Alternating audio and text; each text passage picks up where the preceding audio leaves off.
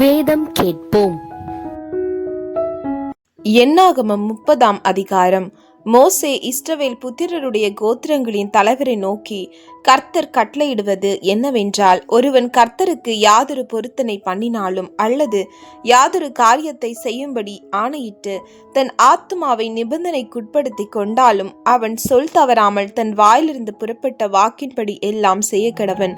தன் தகப்பன் வீட்டில் இருக்கிற ஒரு பெண் பிள்ளை தன் சிறு வயதிலே கர்த்தருக்கு பொருத்தனை பண்ணி யாதொரு காரியத்தை செய்யும்படி தன் ஆத்துமாவை நிபந்தனைக்குட்படுத்தி கொண்டால், அவள் செய்த பொருத்தனையையும் அவள் பண்ணிக்கொண்ட நிபந்தனையும் அவளுடைய தகப்பன் கேட்டும் அவளுக்கு ஒன்றும் சொல்லாதிருப்பானானால், அவள் செய்த எல்லா பொருத்தனைகளும் அவள் தன் ஆத்துமாவை நிபந்தனைக்குட்படுத்தி கொண்ட நிபந்தனையும் நிறைவேற வேண்டும்.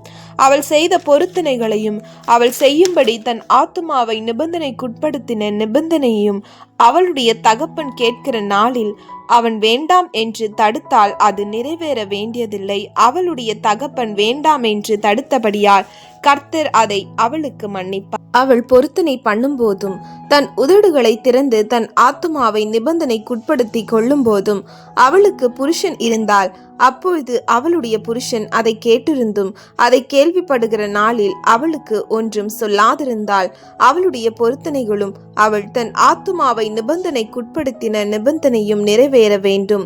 அவளுடைய புருஷன் அதை கேட்கிற நாளில் அவன் வேண்டாம் என்று தடுத்து அவள் செய்த பொருத்தனையும் அவள் தன் ஆத்துமாவை நிபந்தனைக்குட்படுத்தி கொண்ட நிபந்தனையும் செல்லாதபடி செய்தானே ஆனால், அப்பொழுது கர்த்தர் அதை அவளுக்கு மன்னிப்பார். ஒரு விதவையாவது தள்ளப்பட்டு போன ஒரு ஸ்திரீயாவது தன் ஆத்துமாவை எந்த நிபந்தனைக்குட்படுத்தி கொள்ளுகிறாளோ அந்த நிபந்தனை நிறைவேற வேண்டும். அவள் தன் புருஷனுடைய வீட்டில் யாதொரு பொருத்தனை பண்ணினாலும் அல்லது யாதொரு காரியத்தை செய்யும்படி ஆணையிட்டு தன் ஆத்துமாவை நிபந்தனைக்குட்படுத்தி கொண்டாலும், அவளுடைய புருஷன் அதை கேட்டும் அவளுக்கு அதை வேண்டாம் என்று தடுக்காமல் மௌனமாயிருந்தால், அவள் செய்த எல்லா பொருத்தனைகளும் அவள் தன் ஆத்துமாவை நிபந்தனைக்குட்படுத்தின எல்லா நிபந்தனைகளும் நிறைவேற வேண்டும். அவளுடைய புருஷன் அவைகளை கேட்ட நாளில் அவைகளை செல்லாதபடி பண்ணினால், அப்பொழுது அவள் செய்த பொருத்தனைகளும் அவள் தன் ஆத்துமாவை உட்படுத்தின நிபந்தனையை குறித்து அவள் வாயிலிருந்து புறப்பட்டதொன்றும் நிறைவேற வேண்டியதில்லை. அவளுடைய புருஷன் அவைகளை செல்லாதபடி பண்ணினதினாலே கர்த்தர் அதை அவளுக்கு மன்னிப்பார்.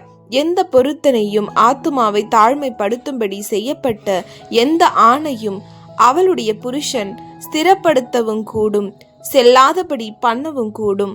அவளுடைய புருஷன் ஒரு நாளும் அவளுக்கு ஒன்றும் சொல்லாதிருந்தானாகில், அவன் அவளுடைய எல்லா பொருத்தனைகளையும் அவள் பேரில் இருக்கிற அவளுடைய எல்லா நிபந்தனைகளையும் ஸ்திரப்படுத்துகிறான். அவன் அதை கேட்ட நாளிலே அவளுக்கு ஒன்றும் சொல்லாமற் போனதினால் அவைகளை ஸ்திரப்படுத்துகிறான். அவன் அவைகளை கேட்ட பின்பு செல்லாதபடி பண்ணினால் அவளுடைய அக்கிரமத்தை அவன் சுமப்பான் என்றார்.